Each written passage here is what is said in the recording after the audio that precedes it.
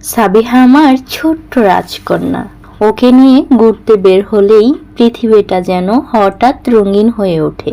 এই ছোট্ট পায়ে হাঁটতে হাঁটতে কখনো হাত ধরে দৌড়ায়, আবার নিজে নিজে ডানা মেলে উড়ন্ত পাখির মতো উড়ে বেড়ায়।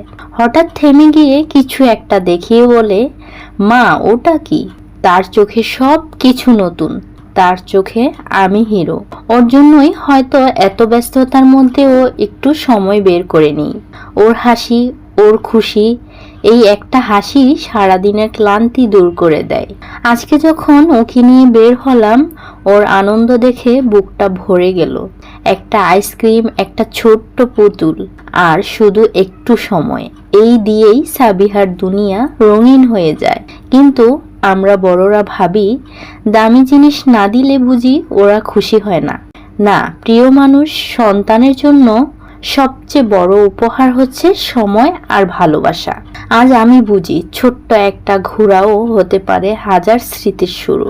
এই মুহূর্তগুলো ফিরে আসবে না, কিন্তু এই ছোট ছোট দৃশ্যই একদিন হয়ে যাবে জীবনের সেরা গল্প। সন্তান যখন ছোট থাকে, সময় যেন খুব দ্রুত পালিয়ে যায়।